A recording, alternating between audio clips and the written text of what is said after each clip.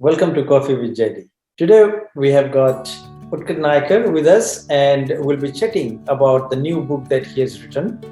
Mr. Naiker is a very senior personnel, as you would see in this video, and he's a very high achiever. He has served in United Nations. He has been a senior executive of Housing Authority in Fiji, and he has got lots and lots of things that he has done, and we'll be sharing that in a moment.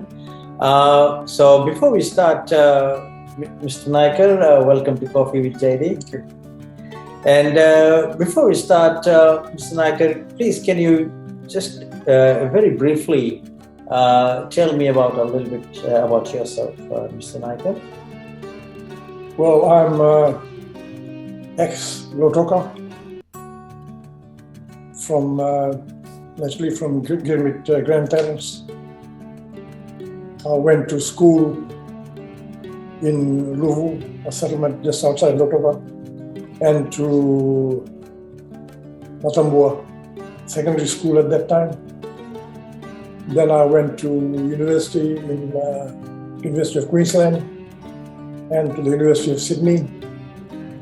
Then I joined the Fiji Public Service, or Civil Service it was called, as a town planner, and rose to become Assistant Director of Lands on the administration side. That is where I became very familiar with the shortage of Crown land available for public use. Then I moved on to the Housing Authority. A certain vacancy came up and I decided to move out of my comfort zone. Then I really enjoyed working at the Housing Authority as the Managing Director. There are many projects we undertook, including the creation of the whole town of Masinu, what is now the town of Masinu, which comprises about 9 or 10 suburbs that we created, extending from Kinoya all the way up to Masinu, 9 miles. And then also a major improvement in Lotoka from Wayabi to Field 40.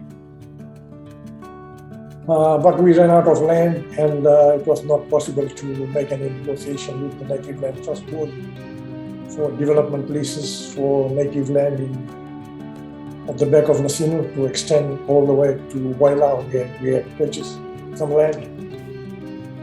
And frankly, I came to the end of the road.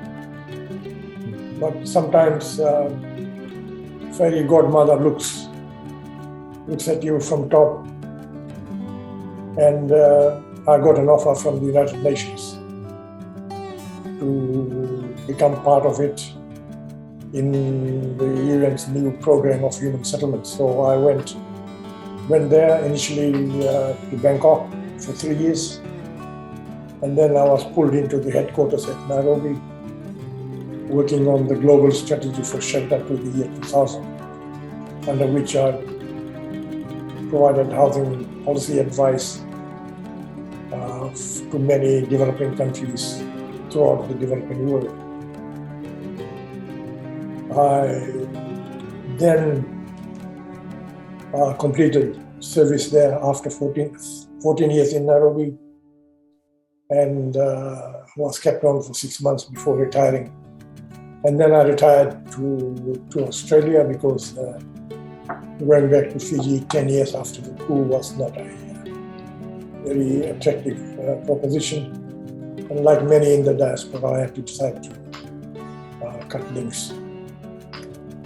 And so I settled in Australia, in Brisbane, where I set up as a consultant initially for about 3 years, and then joined or accepted the invitation from the Queensland government, Department of Public Works, to join it as a town planner and portfolio strategies manager. And I worked there until 2019, almost a stretch of about 20 years. That's really wonderful, Mr. Naiker. And you have a very rich history of your career as well, as we can see. And obviously you have served in quite a few other countries, and you have traveled a lot around the globe, which we can see. Mr. Naiker, it's very inspiring to see that you've written a book, Echoes from Fiji-Global Footprints of a Girmit Grandson. And I have the book here, which is a very lovely looking book. And Mr. Naiker, I would like to ask you if you could please tell our audience what was the inspiration behind this book. Well, the inspiration comes from two sources. One is I recall the late Professor Brijlal and Professor Jitendra Deo had in the past expressed their concern that very limited written material exists on the lives of the Girmitias.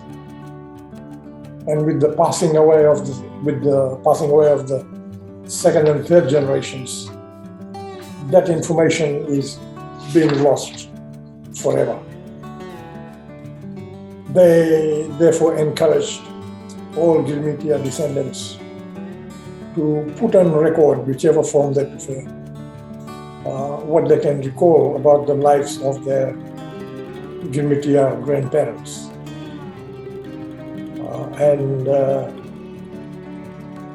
Therefore I am responding to that suggestion because I lived with my grandparents for until I was about 15. Then I went away to Natambua Hospital. Unfortunately, those 3 years I had very little daily contact with my grandfather.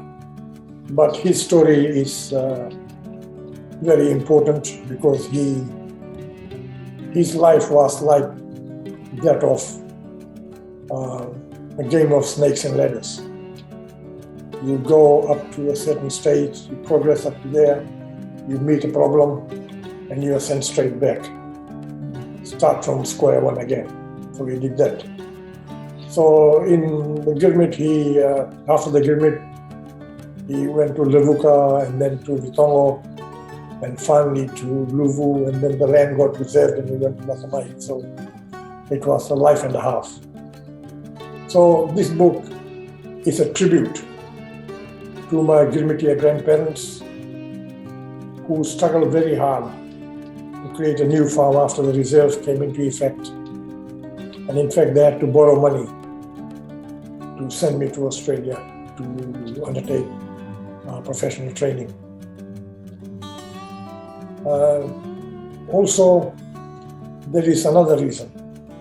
I devote 2 chapters, or most of the first chapter of the book on my growing up in that Girmitia situation. And then 1 chapter 11 about the Girmit and me. And in that chapter, there is a section on me finding my Girmit roots in India and about the celebration of the Girmit centenary in 1979, where there was a lot of mention of the contribution that the Girmitians made, but very little about the difficulties that they suffered. And I did think of 2 particular things that I have explained in the book. But there is another reason. I mentioned the 2 chapters on the Girmit, but all the rest is about me. Because I feel very lucky that I was able to live the life that I did. Fortunately, I was a good student, and that led me from one university to another, and then ultimately to the University of London, where I really saw the light of what my real interest should be in the future. And that was, I was only in housing, but land development and land surveying, but it was the people that mattered more. And that is how I got attracted into housing and stayed in the housing career For 10 years as the manager of the Fiji Housing Authority, where we expanded the program quite a bit. And then I was invited by the United Nations to join it in its housing program. And so I was involved with the global shelter strategy throughout the world for about 14 years in Nairobi. That's really wonderful, Mr. Naiker. Your contribution will always be there, and I know that you've written quite a few journals and articles and papers and documents on community housing, and especially for developing countries, as you've said. And Mr. Naiker, the book that we have here is, I know, a lot of stories and a lot of histories in this book. For our audience and for them to know further about the book, I know that you have got the message in this book, and as you've just mentioned that you are very much attached to the Girmit and our roots of existence, I would say. What is the message that you are trying to give to our audience and the readers through your book, Mr. Naiker? I can only base my comments on my own experience. And one thing I've learned is to continuously improve your knowledge in your field of work. The world is changing very fast. At one time, electronics were the in thing. Now artificial intelligence is coming, and we don't know what else. And it is very, very difficult to stay in one place. You got to keep moving and get to understand what new improvements are happening and how you can upskill in your own trade or profession or whatever you do.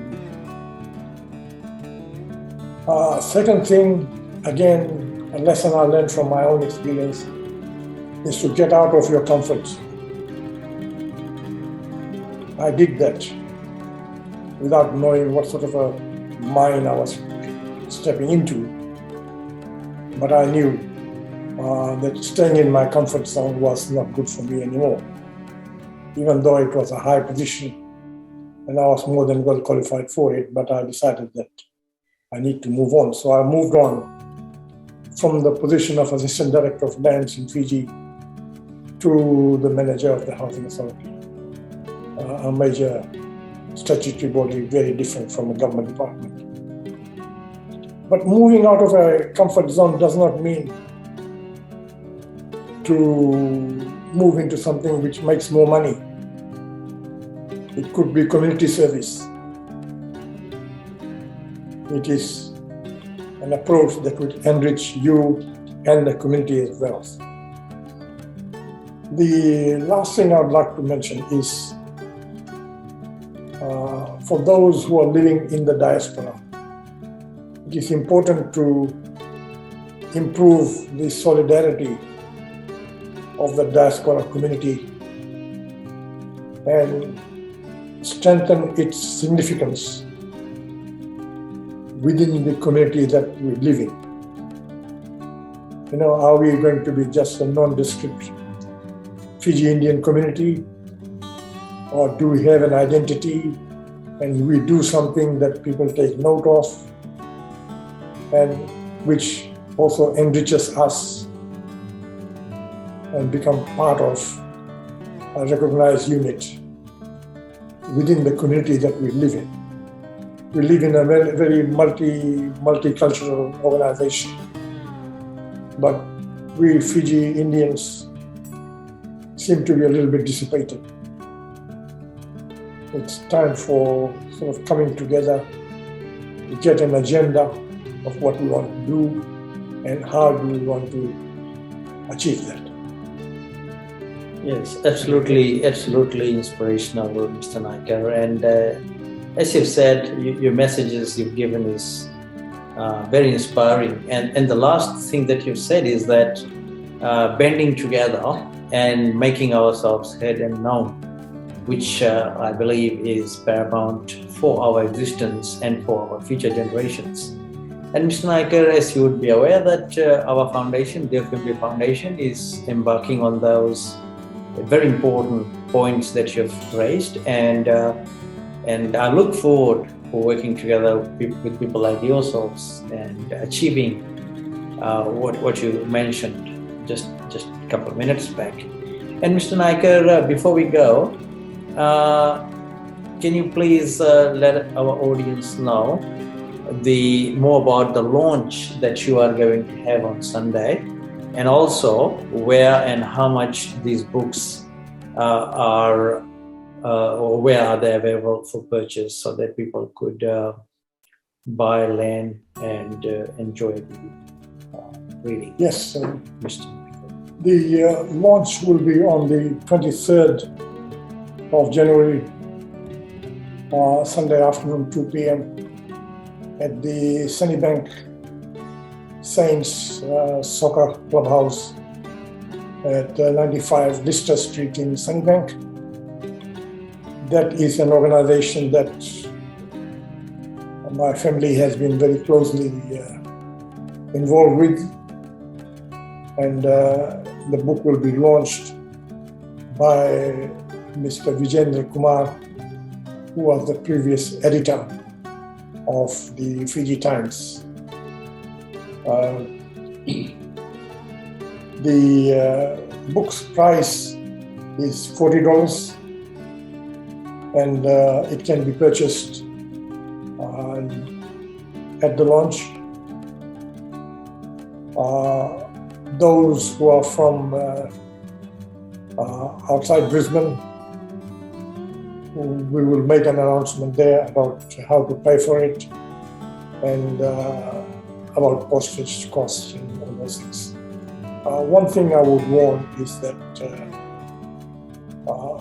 postage to Fiji is very expensive. This book is about 1.5 kilograms, and its postage cost is about close to between $70 and $80 per copy to Fiji. And therefore, if you know of anybody in Fiji who is interested in the book, and if you have any contact, you may be able to purchase it here and then have it sent to Fiji through some friends who are traveling, and save the hefty postage cost, which is twice the cost of the book itself.